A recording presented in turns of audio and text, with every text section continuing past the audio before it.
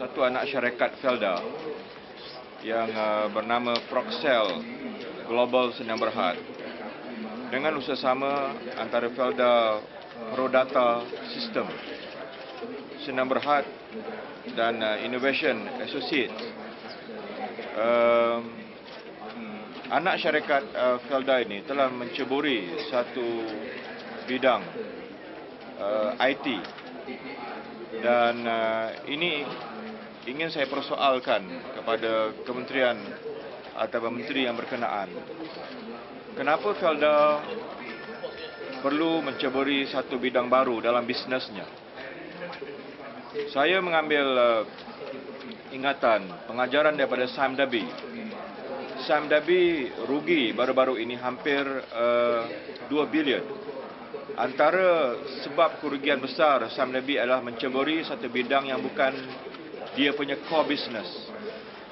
Sam Dabi core businessnya adalah plantation. Jadi bila dia pergi kepada satu bidang yang mereka tak punya pengalaman, sebagai contoh oil and gas exploration. Jadi itu di antara penyebab kenapa Sam Dabi kerugian berbilion ringgit. Okey, Felda core businessnya adalah komoditi. Dia harus menumpukan kepada bidang komoditi. Tapi kenapa menceburi satu bidang lain, bidang IT? Yang saya diberitahu, anak syarikat Felda yang Proxel Global Sdn Bhd dengan usaha Felda Prodata System Sdn Bhd dan Innovation Associates pula tu melantik seorang bangsa Jerman sebagai CEO-nya. Ini dimeterai oleh kedua-dua syarikat ini pada 7 hari bulan 6 tahun 2010, di mana PM sendiri menyaksikan perjanjian tersebut. Jadi saya nak tanya dalam kesempatan pada hari ini, kenapa anak syarikat Felda ini menceburi satu bidang baru yang saya rasa dia tidak seharusnya Felda menumpukan kepada core businessnya, itu dalam bidang komoditi. Jangan ulangi kesilapan yang dibuat oleh Sam Dabi yang tidak memfokuskan pada core businessnya dalam bidang plantation, buat exploration, oil and gas exploration, dan menjadi sebab kenapa syarikat-syarikat yang terlibat dalam bidang oil and gas exploration ini mengalami kerugian yang mencecah berbilion ringgit. Jadi learn from the lesson.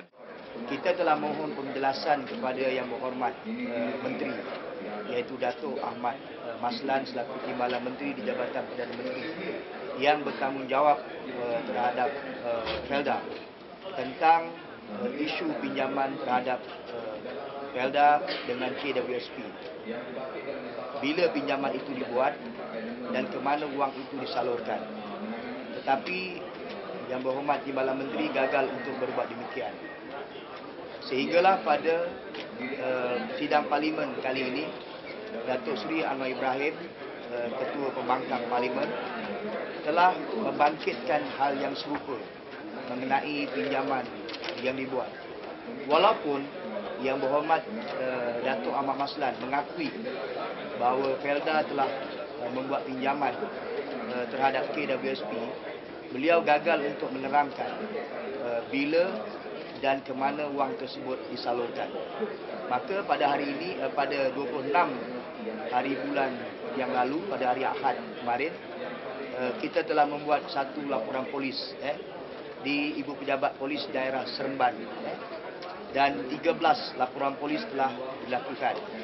Dan saya ingin memaklumkan kepada rakan-rakan media bahawa laporan polis yang ada di tangan saya ini akan kita buat seluruh negara, di mana aktivis-aktivis anak melalui 61 cawangan anak di seluruh negara akan membuat laporan polis di balai polis yang berasingan, yang berdekatan dengan tanah rancangan Felda mereka. Sekiranya dalam tempoh 1 bulan daripada laporan polis yang dibuat, kerajaan dan Felda masih gagal membuat penjelasan yang terperinci tentang pinjaman ini, kita akan membuat satu lagi laporan terhadap SPRM, Suruhanjaya Pencegahan Rasuah, supaya siasatan menyeluruh dapat dilakukan terhadap Felda yang telah membuat pinjaman yang begitu besar, yang tentunya akan memberi implikasi yang sangat besar kepada kehidupan 1.6 juta warga Felda di seluruh negara. Kalau sekiranya SPRM gagal juga untuk membuat satu siasatan dan memaklumkan hasil siasatan sekurang-kurangnya kepada pihak pengadu, kita telah membincangkan untuk memohon perkenan ke bawah duli Tuanku Yang di-Pertuan Agong untuk campur tangan, kerana Felda adalah merupakan suatu institusi milik orang Melayu.